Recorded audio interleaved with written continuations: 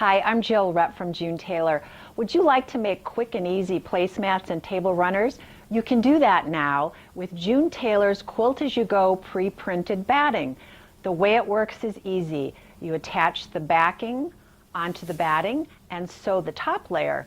As you sew through the top, you go all the way through the batting and the backing. So you complete your table runners or placemats in one step. Here's one of the designs of the placemats we're going to be showing you today. And here it is in the full table runner. Isn't that gorgeous? And another style of placemat we're also going to show you using 2.5-inch strips is this. Really easy and quick. Here's how it works. Your package is going to contain 6 placemats. To begin with, we're going to cut them out individually. And you want to leave about a 1/2-inch margin on the outside of each rectangular line of the placemat. It will look like this. So get your 6 placemats cut, and then we are going to cut our fabrics according to the directions given in the packaging. It's handy to starch your fabrics first, and we recommend June Tailor's Quilter Starch Savvy.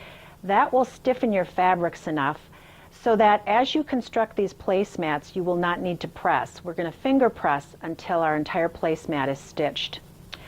The next thing we're going to do is we're going to attach the printed quilt batting to our backing.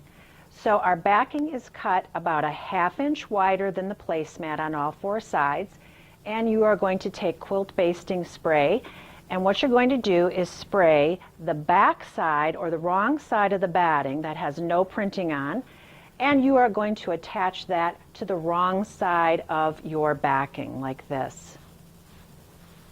And once that is attached, you're going to be ready for construction. So you're going to take piece number 1 and put it in the number 1 square like this, and then piece number 2, which is our green rectangle, and we're going to place right sides together like this, lining it up right on the line, and we're going to sew in a 1/4-inch seam allowance. After we sew, we're going to flip this open and finger press. I've got that done here, and I'll show you. Here is our 1/4-inch seam allowance. We flip it open and we finger press that seam. And you'll notice it then lines right up with the correct line on the pre-printed batting. Now we take strip 3, right sides together, lining it up, sew in a 1/4-inch seam allowance, and we will flip that open. And I've got that done on my next step. So here is piece 3 sewn, and I'm going to flip that open, and we're just going to finger press that as well. And again, you see how nicely this is all lining up with the pre-printed lines on the batting. Next is piece 4, right sides together, sew in a 1/4-inch, and flip that open. And you'll see that is done here. Sewing done, and I'm going to finger press that open. Having those fabrics starched makes this process really easy. Piece 5 is sewn. We're going to flip it open and finger press that. And I want to show you what the back looks like, because as we've been sewing, we are quilting all the way through the front and the back. So we're getting this done in one easy step. Next, piece 6 and 7 are added. So we're going to put those right sides together, and we're going to sew in a 1/4-inch seam allowance for 6 and 7. And I've got that done on my next step. So you can see those here. This is pressed open, 7 is now pressed open. And I'll be adding pieces 8 and 9 and sewing those, and so on. Now I've got everything done up through piece 17. So I'm finger pressing all of these seams open. And I'm going to add my triangles, which are the last step. So right sides together, like this, and we will sew and finger press that open. That's 18, 19, 20, and 21. Again, right sides together, sew and finger press that open.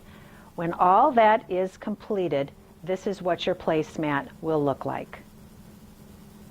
The last step before we bind is to actually trim our placemats into a rectangle, and we've given you guidelines to do so right on the batting.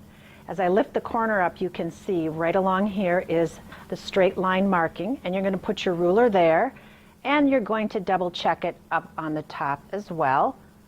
And then you're going to take your rotary cutter and you're going to trim a straight edge all the way along on all 4 sides.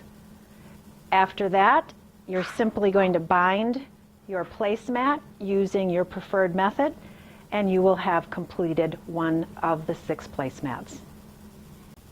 Our Casablanca placemat is now complete. Here it is in another colorway. It's so interesting to see how different color fabrics really change the entire look of it.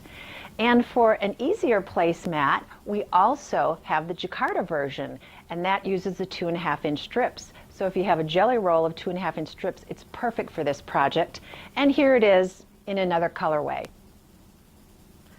And once again, I'm going to show you the beautiful table runner that goes along with our Casablanca placemat line. It is absolutely perfectly sized for any dining room table. So cheer up your kitchen with June Tailor Quilt As You Go.